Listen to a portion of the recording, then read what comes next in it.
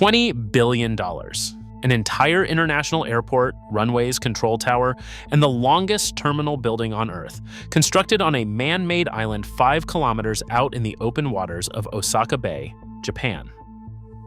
When it opened in 1994, it was the first airport in human history built entirely on artificial land, and engineers around the world called it the project of the century. It has sunk 45 feet, and that number does not come from critics. It comes from the airport itself. The operator of Kansai International publishes its own sinking data, updated every December, on its own website.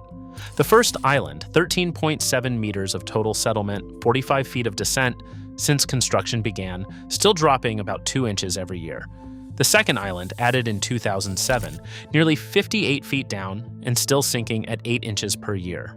The original engineers predicted the island would settle about 8 meters over 50 years. It blew through 12 meters in its first 8 years.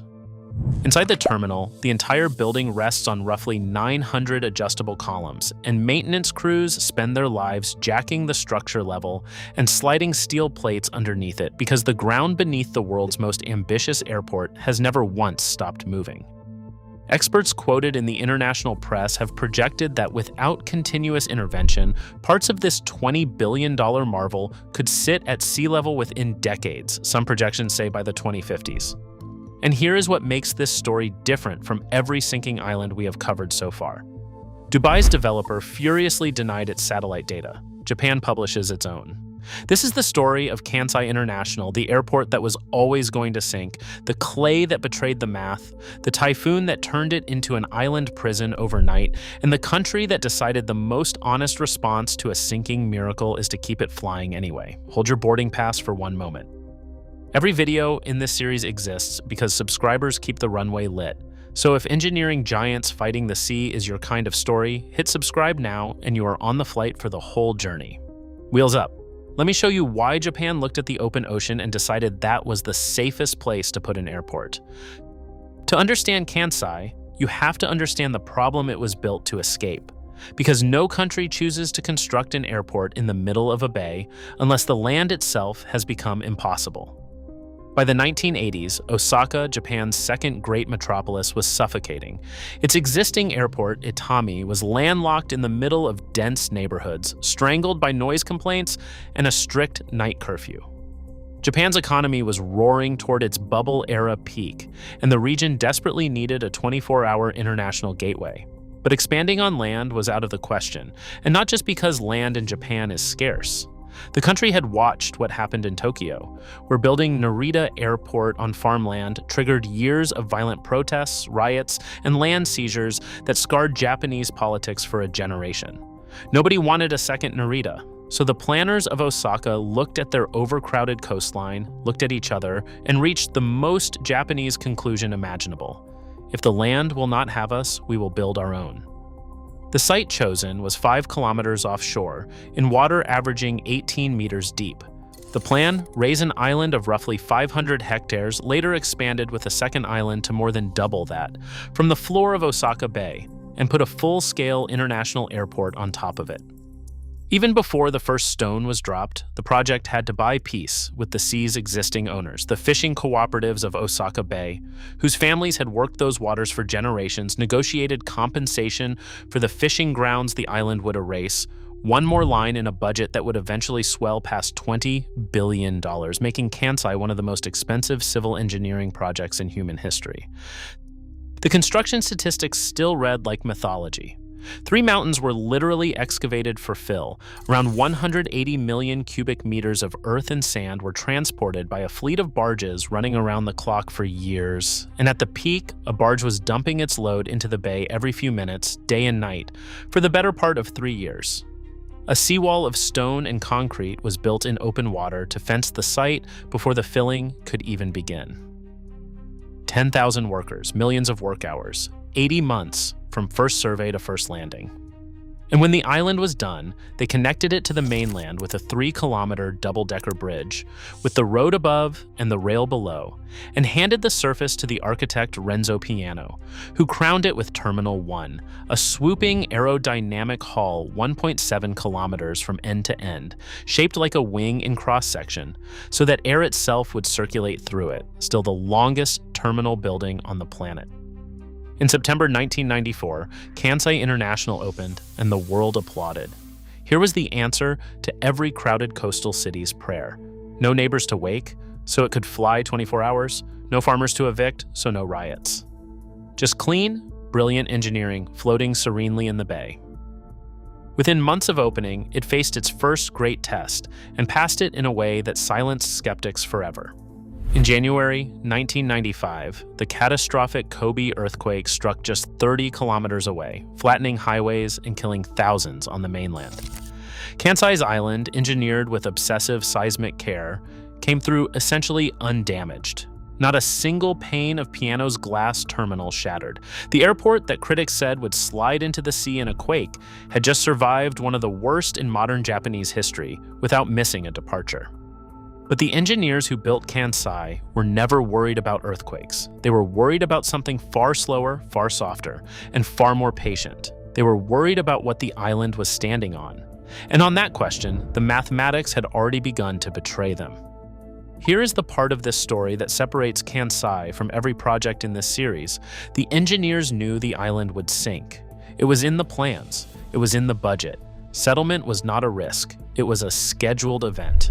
What was not scheduled was the scale of it. The floor of Osaka Bay is not rock, it is clay, and not one kind, but two, stacked like a geological trap. The upper layer is a soft, young marine clay about 20 meters thick, saturated with water like a sponge that has never been squeezed. Engineers understood this layer completely, and they attacked it with one of the most remarkable ground treatments ever attempted. They drove roughly 2.2 million vertical sand drains down into it, millions of narrow columns of sand acting as escape pipes, letting the water squeeze out of the clay so it would compress quickly and get its settling done before the airport was built on top. For that upper layer, the plan worked. The sponge was squeezed on schedule. The trap was underneath. Below the young clay lies a far older, far deeper formation, dense, ancient clay layers running hundreds of meters down, deposited over more than 1 million years. This layer was too deep to drain, too thick to treat, and too poorly understood to predict. The official forecast assumed it would compress modestly, the island settling around 8 meters over half a century, a manageable budgeted descent.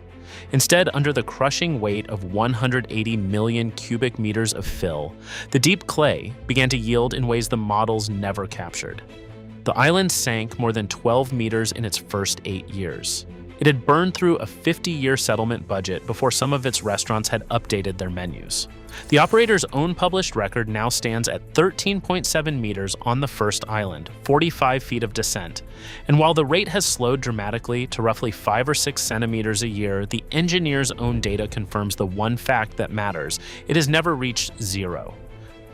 The deep clay is still yielding decades on exactly as deep clay does. Slowly, indifferently, without a completion date.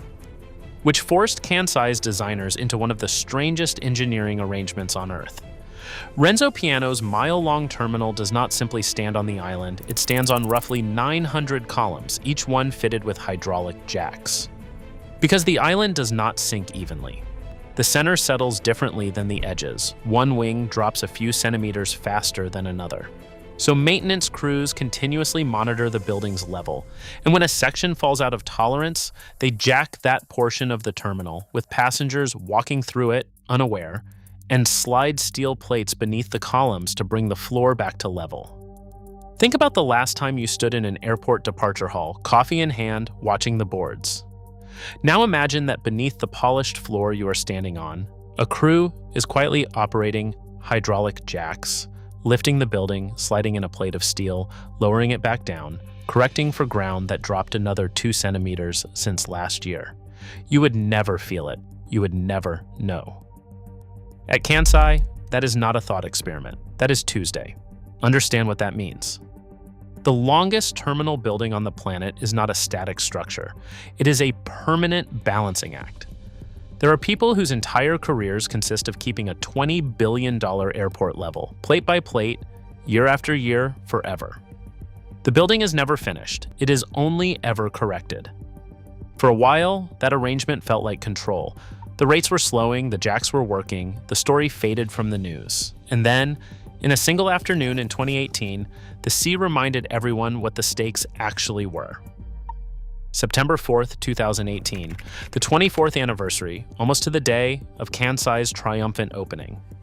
Bearing down on Osaka Bay, Typhoon Jebi, the most powerful storm to strike Japan in a quarter of a century. Kansai had ridden out typhoons before, but Jebi arrived at the worst possible angle with the worst possible timing, its winds driving a storm surge straight up the bay, stacking the shallow water higher and higher, exactly the way shallow seas do. And here is where 24 years of quiet sinking presented its bill. The island's seawalls had been designed with generous margins above the waves, but the entire island, walls included, now sat meters lower than the day those margins were calculated. The surge that a young Kansai would have shrugged off came over the top. Seawater poured across the airfield, a runway disappeared under the flood. Basement power systems drowned, cutting electricity across the complex. Aircraft stood in water up to their engine cowlings. And then came the moment that turned a flood into a siege. A tanker, weighing 2,500 tons, ripped from its anchorage by the winds, was hurled broadside into the only bridge connecting the island to the mainland, severing the road, smashing the rail link, and cutting the airport off from planet Earth. When the winds died, thousands of passengers and workers were trapped on a flooded artificial island in the dark, surrounded by sea, waiting through the night for evacuation by boat and by the one unbroken lane of the wounded bridge. The airport that existed because Japan refused to inconvenience its neighbors had become, for one long night, the world's most expensive island prison. Japan being Japan, the recovery was ferocious, partial operations within days, and a full-scale reckoning within months. The operator has since raised the seawalls by multiple meters, hardened the power systems, and re-engineered the drainage. But Jebi settled an argument that decades of gentle subsidence data never could. The sinking of Kansai is not an accounting curiosity about maintenance budgets. Every meter the island descends is a meter of storm surge margin permanently spent. The clay below and the climate above are working the same side of the ledger, and the second island, the newer runway, opened in 2007 on deeper water and thicker clay, is descending fastest of all. Nearly 58 feet of total settlement already, still dropping around 8 inches every single year, according to the operator's own December measurements. The sea does not need to rise to reach Kansai. Kansai is coming down to meet it. So where does that leave the project of the century? In the strangest position of any structure in this series, sinking, confirmed by everyone, and thriving anyway. Because here is the ledger nobody can argue with. Kansai today is Japan's third busiest airport, moving roughly 26 million passengers a year through Piano's mile-long haul. It has been rated among the best airports on Earth for service, famously going an entire decade without losing a single piece of checked luggage. It served as the gateway for the Osaka World Expo. It is midway through an expansion designed to push capacity to 40 million passengers. The island that has sunk 45 feet is simultaneously one of the most successful pieces of infrastructure in Asia. Both things are simply true at once, and neither cancels the other. And that brings me to the thing about this story I genuinely want you to sit with, because it is the reason this video is different from the Dubai chapters of this series. When European surveyors measured Palm Jumeirah settling 5 millimeters a year, the developer called the findings wholly inaccurate and attacked the technology.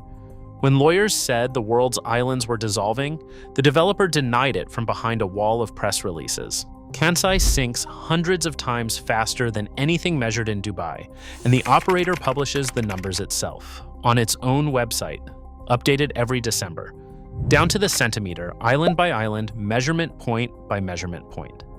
There is no scandal here to expose, because Japan pre-exposed it. The sinking is not a secret shame. It is a line item, monitored, funded, and fought, in public, forever. That honesty buys options denial never can. Because everyone agrees on the numbers, the seawalls got raised before the next Jebi. Because the jacking system was designed in from day one, the terminal has never cracked the way rigid buildings on uneven ground do. Because the descent is published, the projections, including the sobering ones, the expert estimates that parts of the airfield could reach sea level around the 2050s without escalating intervention are debated openly by engineers instead of whispered by lawyers. Kansai may be fighting the same unwinnable geology as every artificial island on Earth, but it is the only one fighting in daylight. The price of that fight, however, compounds like a debt. Higher seawalls, endless jacking, drainage, pumping, monitoring, raising, repeating, every year against clay that has hundreds of meters of compression left in it and a sea with a rising baseline. At some point, not this decade, maybe not this generation, a spreadsheet in Osaka will ask the question every project in this series eventually faces. What does it cost to keep the miracle above the waterline? And for how long is it worth paying? Every sinking structure in this series was undone by the same sequence. The ground yields, the owners deny, the sea collects. Kansai broke the pattern at exactly one link. The ground yielded, worse than anyone forecast. The sea came collecting over the wall in 2018 with a tanker as its calling card, but the owners never denied. Japan looked at 45 feet of descent, published every centimeter of it, and made the most defiantly practical decision available. Keep it level, keep it dry, keep it flying, and keep the receipts public. So the world's first floating airport is now running the longest, most transparent experiment in this entire saga. Whether unlimited honesty, engineering, and money can hold an artificial island above a patient sea indefinitely. 900 jacked columns say yes, for now. 58 feet of settlement under runway 2 says the clay has not conceded. The experts' projections for the 2050s say the question has a deadline. And the operator's own December measurements, faithfully published year after year, will tell all of us in public exactly who is winning. So you tell me, and I genuinely want the aviation people and the engineers in this audience on the record here. Kansai International, the greatest infrastructure gamble ever vindicated, proof that the right country with the right honesty can build on the sea and hold it? Or a magnificent $20 billion hourglass keeping perfect time toward the 2050s, one published centimeter at a time? And the only question that really matters, knowing everything you now know, the clay, the jacks, the typhoon, the 45 feet, would you still board a flight that lands on it? The comments are open. I read every single one.